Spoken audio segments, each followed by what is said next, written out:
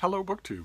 I went to the corner store, and in addition to getting everything else, I got the paper. I got the New York Sunday Times for Wednesday, February 12th, 2020.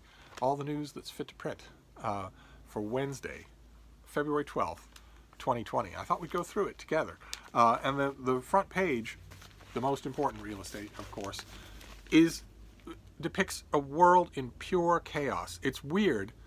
Ordinarily, the editors at the Times, they sort of curate the front page, and they try to add at least a note of whimsy or a note of hope. They usually have 4 or 5 stories that they tease on the front page, and you have to go to the back of the paper. You have to go to the inside sections to read the whole details. And this time around, the front page is pure chaos. Now, maybe the editors weren't aware. Maybe they thought 1 or 2 of these stories were hopeful, but no. No. So let's go through this first section, and then we'll move on. I promise this won't be a long video. But this front page depicts complete and utter chaos. The smallest example of which is the story below the fold on the bottom by Norimitsu Onishi, about a French pedophile named Gabriel Matzneff who has suddenly had his high-profile backers and allies turn on him or abandon him, and now he seems to be dealing with the courts, which will not be sympathetic to an avowed stalker of preteen girls. And it's a weird, very weird article. I don't know, does it jump on the inside of this section? I think it does. It's one of these weird articles that the Times will often do. Yeah. This is the picture on the front page. There is our lonely pedophile, just sort of staring wistfully into the distance. And then on the front section of the paper, the front part of the story describes how the writer of the story tracked him down and how he feels like a ghost. He feels like the living dead. He's wandering around in sunglasses and no one's acknowledging him. And then you get to the inside, and there is the second picture. And once again, he is lonely as a cloud, just on a promontory, looking very sad, like you should really feel sorry for him. Really, you should. You should feel sorry for him. And that is downright strange. And the Times insists on doing that. They insist on striking this kind of humanizing tone for garbage, for human monsters. But that is the mildest story on the cover. All the rest of the story is chaos. The front page on the left-hand side is all about the Trump administration rapidly advancing into dictatorship, into autocracy. The first story being describing how prosecutors in the Department of Justice have quit because the Trump White House has intervened in the sentencing of Roger Stone in response to an insane all-caps tweet from Donald Trump yesterday. The White House has intervened, suggesting the Department of Justice is suggesting that this guy should receive a slap on the wrist. They should not get 7 to 10 years in prison, but hardly anything. The unspoken message being, this is angering the president. This guy is his ally. Later on in the story, the Times dutifully reports a black and white, bald-faced lie from the White House, and they report it without the slightest tone of skepticism at all. The lie being President Trump's personal feelings had nothing to do with this. No one in the world believes that. Not people in the White House, on the record and off, not Democrats, not Republicans, not Trumpists, not people at his Klan rallies. No one believes that. So why write it? Why write it? It's like the Times often saying that Mr. Trump can be found buried in briefing books when no one believes he reads. He doesn't read. He doesn't know how to read. But that serves to underscore the chaos of this story, because this is the White House saying, we don't care what the legal findings were. We want this guy let off. And the story right below that is the story about how President Trump, in the wake of his acquittal in the Senate on his impeachment trial, is now going after his enemies, having them escorted off the White House grounds, firing them, pressuring them to quit. And this is just, we're supposed to just take this as normal, this slide into autocracy. And it's fueled by our carnival feeling in the West Wing that reporters say, witnesses say, is the result of Donald Trump feeling as though he actually is acquitted when the Republican Senate voted strictly along party lines and ignored witnesses and documents to do so. Donald Trump was not acquitted in a fair and open trial. He was acquitted by henchmen.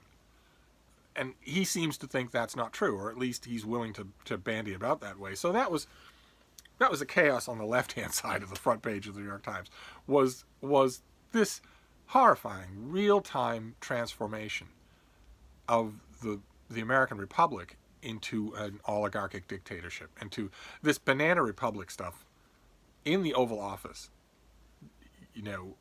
Let my party creatures, let my lying, thieving, witness tampering creatures off with house arrest.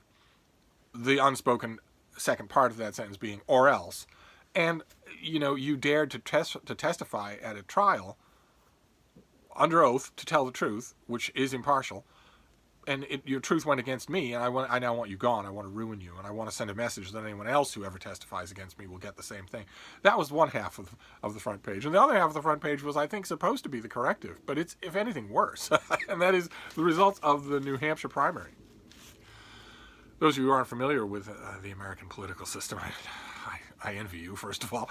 But the American political system has two bellwethers right at the beginning of every presidential election season. That is the Iowa caucuses and the New Hampshire primary. And it's pure chaos in both cases. Famously, the Iowa caucuses were a complete botch job, from which I think still numbers are coming in. So when the whole country has passed elsewhere, no one cares anymore. But the New Hampshire primary was, if anything, just as much of an upset, because the winner was Bernie Sanders, who is a Vermont socialist who only caucuses with the Democrats. He is not actually a Democrat. And the two highest placers behind him were Pete Buttigieg, who's the mayor of the fourth largest city in a state in the United States, and basically running on a Republican platform, and Amy Klobuchar, a senator who I think is the strongest Democratic candidate in the race remaining, but came out from out of nowhere. And the people who didn't do well in the Iowa caucus, in the New Hampshire primary, was the fourth place winner, Elizabeth Warren, and the fifth place winner, and you're going to be able to guess who that is because it's the name I haven't said. It's Joe Biden. Former Vice President Joe Biden. Lock Shore candidate Joe Biden. Mr. Electability Joe Biden came in fifth in the New Hampshire primary, after doing rather poorly in Iowa. And that should mean, in normal American presidential politics, that would mean that Joe Biden would drop out of the race today. And we know that's not going to happen. So what on earth is going on here? It's pure chaos. Pure chaos. Of course, the Boston Herald, never missing an opportunity to be classy, had as their headline about New Hampshire that Buttigieg edges Sanders in New Hampshire. And those of you in the gay community are probably howling with laughter right now. And those of you who aren't in the gay community and don't know the second meaning of the word to edge, don't expect me to tell you. You have Google. You straight people can look it up on your own. But it shows that either there's a very po-faced wag in the newsroom of the Herald, or there's an old-fashioned bigot. But the thing is, the bigots wouldn't know the term. So I'm thinking somebody had it a little funny in that headline.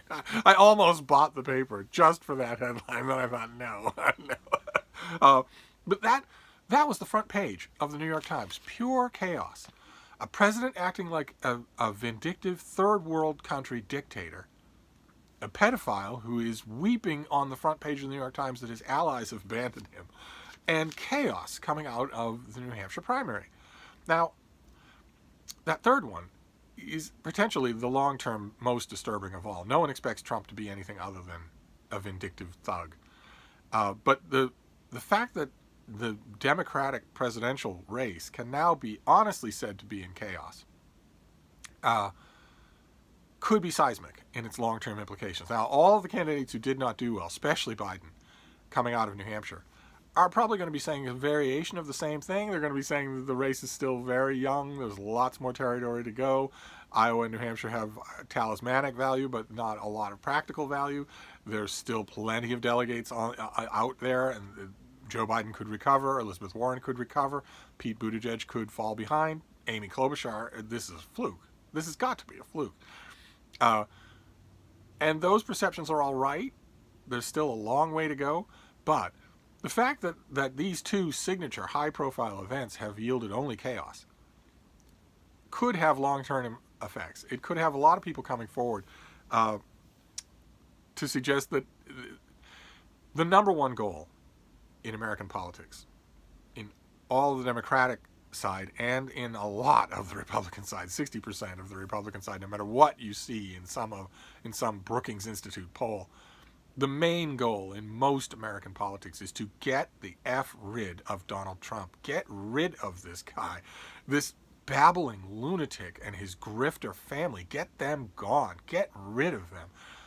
The Republicans want to get rid of them and bring in more Republicans. The Democrats want to get rid of them and bring in normal people, not lizard people. But one way or another, the main goal in Washington and out is get rid of these people, these horrible, grifting, grubby, pocket-lining creeps. And because that is the main goal of most of the American electorate, a lot of the American electorate, including a lot of so-called high-profile strategists, are going to be saying, well, if the Democratic field is in disarray like this, if it's in chaos, then what we need to do is scrap the usual thinking and go with an absolutely sure thing. Mike Bloomberg. Go with Mike Bloomberg. Somebody who can buy the presidency, but who's not Donald Trump.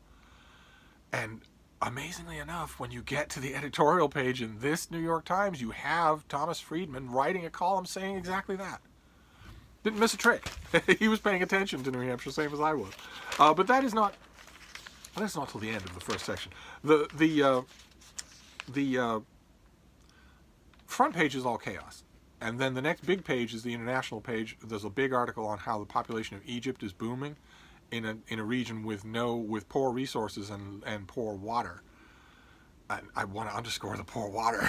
Egypt doesn't have potable water for the people that it has, much less twice the population. And on the same page, there's an article about how the Trump White House is greenlighting a peace deal with the Taliban. And we're just gonna pass that by. The international section continues. There's a piece on that Thai soldier's rampage, where he killed dozens of people, and also an article on the Philippines planning to dissolve a joint military pact with the United States. That springs from a lot of things, but it mainly springs from their detesting of Donald Trump. It's just a further example of the fraying of international relationships because this clown is in the office. When any other Republican, could still pauperize the nation, could still strip Social Security and social benefit nets, and could still make women second-class citizens, and get vicious Bismarckian autocrats elected to the Supreme Court. Any other Republican could do that. It doesn't have to be this clown who's, in addition to all of that, also making the United States the laughingstock of the world. And there are plenty of reasons that are given in the Philippines article, but it's hard to escape the main gist that the reason they're doing it is because they hate Donald Trump. Anyway, then the next two whole pages is a story that you'll be surprised it hasn't come up yet. But we had the New Hampshire primary, and that sort of pushes everything else out of the limelight for Americans. But that is the coronavirus. There's an article on how the poor passengers on the Japanese cruise ships are still under quarantine, while health officials on board test some of the passengers. Why they're not testing all of the passengers, I have no idea. But there are long articles here on hotspots all over the world, on whether or not the reporting is accurate. The reporting on the front page is, what did it say? That the disease has claimed 11,000 lives in China and sickened more than 44,000. And there is strong, I think, very believable reporting from a number of different sources saying that the real figures are 3 times that high, which would be disastrous in a disease where you're asymptomatic while you're infecting people. You don't even know you're sick and you're infecting people. And where testing people to see whether or not they have the disease is often wrong. it's often that you'll come back saying you're clean, and when you are in fact infected, and therefore infecting other people. And there was also in the international section we move on to poor benighted Germany. Poor Germany. Angela Merkel is stepping down from power. Her chosen successor wants no part of it. And there's a long article here by Katrin Benhold and Stephen Erlanger on how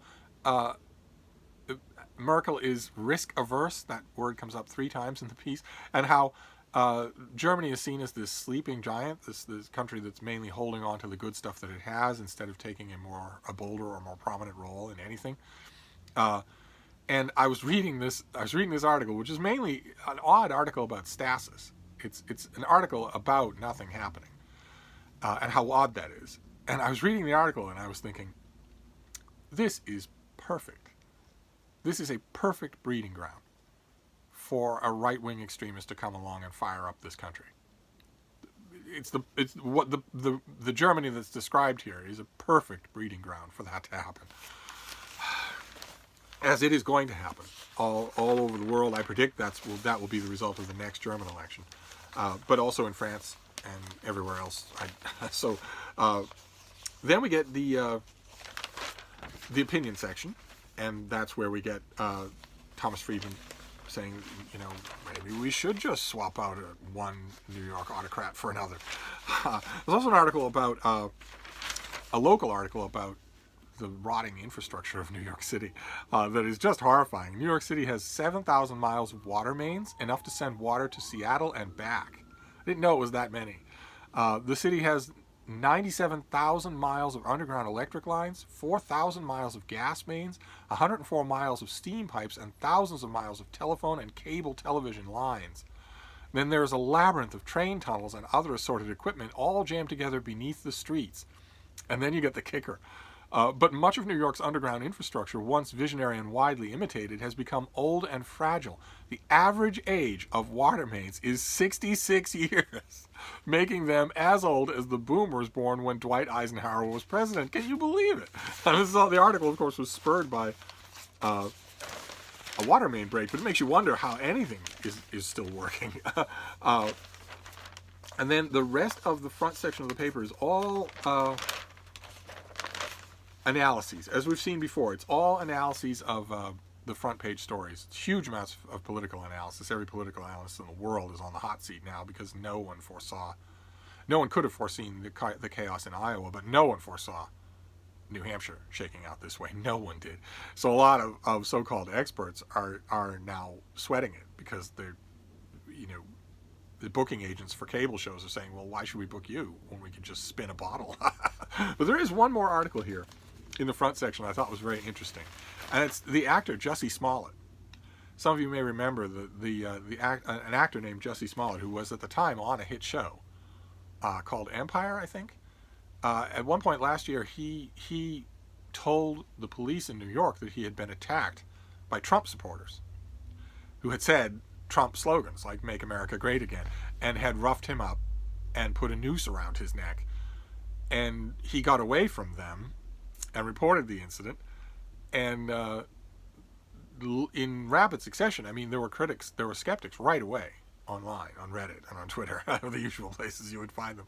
But in rapid order, it fell out that he had made the whole thing up, that none of that had happened, and that is a crime, right? You can't go to the police and say I was attacked and here are what my attackers looked like and tie down their resources for something that you made up just to make a headline about how awful Trump is. And the New York authorities dismissed the case. There was a promising young actor. They hate Trump as much as he does. Everybody hates Trump in this country except for his clan base. He was, a promising young actor, a promising career, a hit show, that sort of thing. And just sort of let it die. And according to an article here by Julia Jacobs, maybe this whole thing happened in Chicago and not New York. Well, one way or another, a grand jury in Chicago revived the criminal case against Jussie Smollett, indicting him on Tuesday on charges that he lied to the police in connection with the alleged hate crime attack against him a year ago. The indictment came 11 months after prosecutors dropped similar charges against him. So it could have all happened in Chicago, but the thing is, I thought it was really strange at the time, the way that shook out. And now, apparently, it's not over. Apparently, it's coming back. Then the next section of the paper was the food section. And it had no interest whatsoever for Steve. None whatsoever. To put it mildly, I am not a foodie. Yesterday, on our morning walk, Frida and I came across a perfectly good oatmeal cookie on the sidewalk. Someone had dropped it. And I'm assuming that someone was a human, because they didn't then just immediately pick it up again. So Frida and I were overjoyed. Split it in half. So she got half and I got half. It was wonderful. So I'm not a foodie. So we're just going to move on to the business section. I thought, I'm not going to belabor business when I don't know what I'm talking about. But there were a couple of things I wanted to mention. The first one, there are still the requisite articles on how the coronavirus is hurting the world economy. There are a few long articles on that. Well, I thought there was one other thing here. One other thing that interested me. There's a long. Oh, of course, there was an article that gave me a little bit of agita, because there's an article here on how old newspaper buildings like the St. Louis Post-Dispatch are being converted into snobby condos. That, of course, made me weep. But there's also one of the cover articles of this section was on foldable cell phones, which are all the big thing in tech companies. All the tech companies are working on foldable cell phones. And it's a perfect incident of a company creating a demand. There is no demand for a foldable cell phone, but it's the only thing that at their tech expos, it's the only thing these people have been talking about. You could have 500 times the battery life, which is something that every cell phone user wants. But instead of working on that, you want the latest shiny thing, and that is no bezels and then folding. Can you fold your cell phone? Ridiculous. The article asks the simple question, do people want this? And of course they don't. They don't at all. No one's asking for that. People want maybe a cell phone that's solar rechargeable. So the two sides of it are solar panels. Or a cell phone where the battery lasts for 40 hours. Or a cell phone that many innovations that are not, can you make it foldable? But no, the thing in the business section that of course I paid attention to was the dog show, in which a standard poodle won again. Well, look at all that hardware. But there was an ancillary article there about the guy who designs the obstacle courses, talking about basset hounds. How the course is resized for different sized dogs, but some dogs he named basset hounds just aren't made for an obstacle course of any kind, no matter how you resize it. He was very compassionate about that. Of course, I thought about my little hippo, because Lucy, my basset hound, I used to have a basset hound. Those of you who are new to the channel, I used to have a basset hound named Lucy, and she was my first and will be my only basset hound. And she could trip over anything, just anything. Even when she knew it was there, even when she went to it specifically to walk over it, she would still trip over it. So I've seen the Westminster Dog Show, I've seen basset hounds try to compete in the agility contest, and it's kind of funny. And then we get to the last section, the art section, which has a book review by Jennifer Salai on Machiavelli by Patrick Bourchon, a book that we've seen on this channel.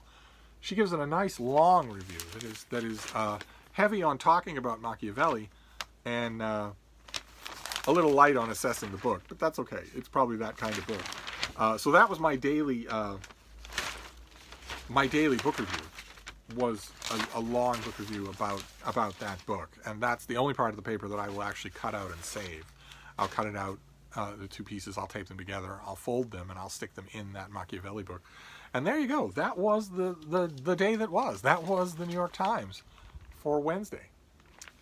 The major stories, at least for the American press, being that the American president is now simply taking undisguised revenge on his political enemies, and using the weight of the government, your taxpayer money and mine, to do that. And that the New Hampshire primary was every bit as chaotic and disruptive as the Iowa caucuses. So we have had now in the U.S. presidential race, we have had these two big bellwether events that are supposed to lay the table for the rest of the year, and they didn't do anything of the kind. All eyes turn now to the other big states, to the other big caches of delegates, with no idea what's going to happen, none whatsoever. I, it seems amazing to me that the Democratic Party is going to do the exact same thing in 2020 that they did in 2016 with the exact same player. In 2016, the clear frontrunner, the person who was packing in the crowds, the person who was driving supporters crazy with enthusiasm was Bernie Sanders. But he was not a Democrat, and he was not our kind of person, and he was not the establishment anointed successor, which was Hillary Clinton. And the Democratic Party just pulled every trick in the book to make sure that all the weight of the apparatus went to Hillary Clinton, who was not the people's choice. And it just amazes me that the Democratic Party might be fixing to do the same thing again, when Bernie Sanders is once again the front runner, and you'd be hard-pressed to see that in the mainstream press. You'd be hard-pressed to see him simply called that. Instead, all the stories are about him being edged or about the amazing performance of the second and third runner, instead of the fact that he is winning. The reason for that, I think, is pretty clear. I think the clear reason is because the Democratic political establishment doesn't plan on embracing him this time any more than they did 4 years ago. And you couldn't see a greater contrast than what is there on that front page. You have the Democratic Party that refuses to get its act together and march in line, and on the other side of the same front page, you have what is happening while they are doing this, while they are screwing up like this. An actual third world autocracy is taking shape in the White House. It has never been more important in the history of the country to get the incumbent out of office than it is this year. And do you see any hint of that in the Democratic race? No, you do not. So who knows what will happen as we move on to the Carolinas, and from here we will move on to who knows what the front page of the Times will look like next Wednesday. Oh my God. We shall see. But I'm going to wrap this up for now. As usual, these news things go along. But I will be back. Thank you, BookTube.